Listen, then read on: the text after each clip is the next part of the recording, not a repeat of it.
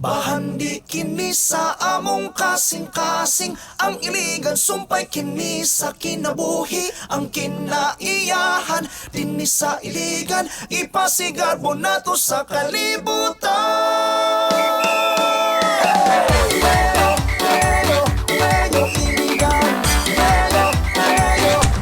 Ilang linggo bago sumapit ang Pasko, ramdam na rin ang Christmas spirit sa Iligan City.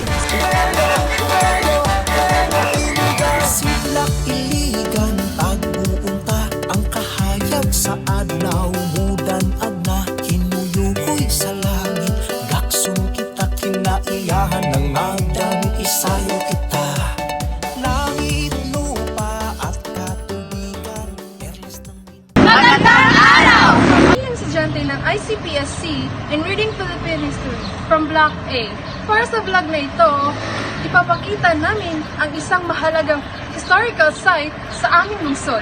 Pamagat ng aming vlog ay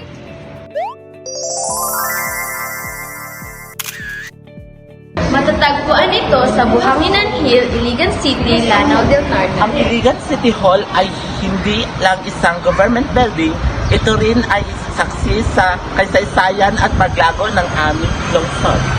Naging opisyal na lungsod ang Iligan City noong June 16, 1950 sa pamamagitan ng Republic Act No. 525 na nilagdaan ni President Elpidio Quirino.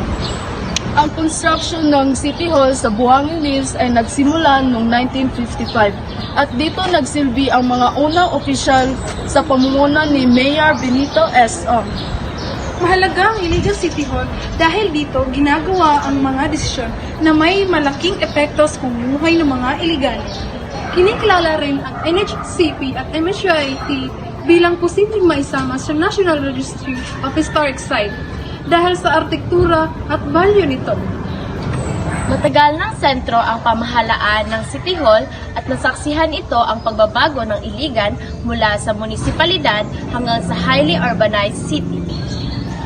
Sa kasalukuyang isinasagawa ang redevelopment project para gawing Buhanginan Hill Civic Complex ang lugar.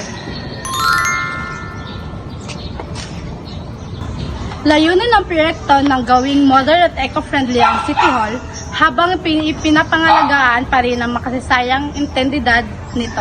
Natutunan ko na mahalagang alagaan ng mga gusaling may kasaysayan dahil ito ay bahagi ng ating pagkakakilanlan.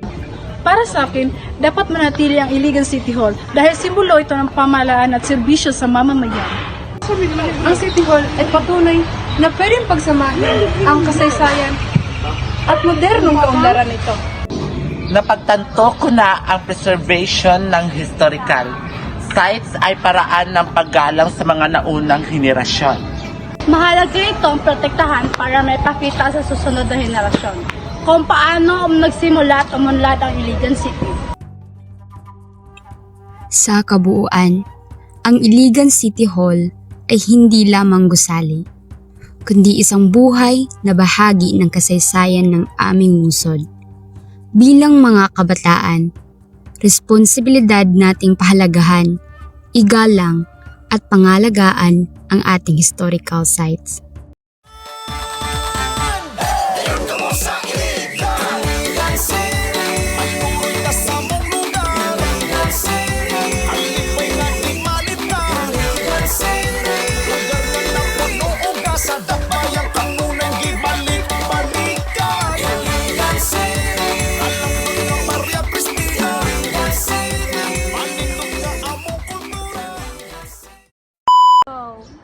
Mahalaga ang Iligan City dahil dito ginagawa ang mga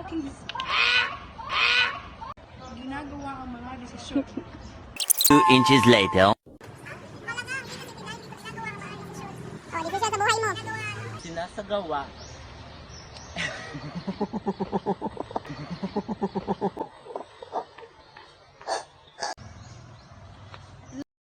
Lalakad.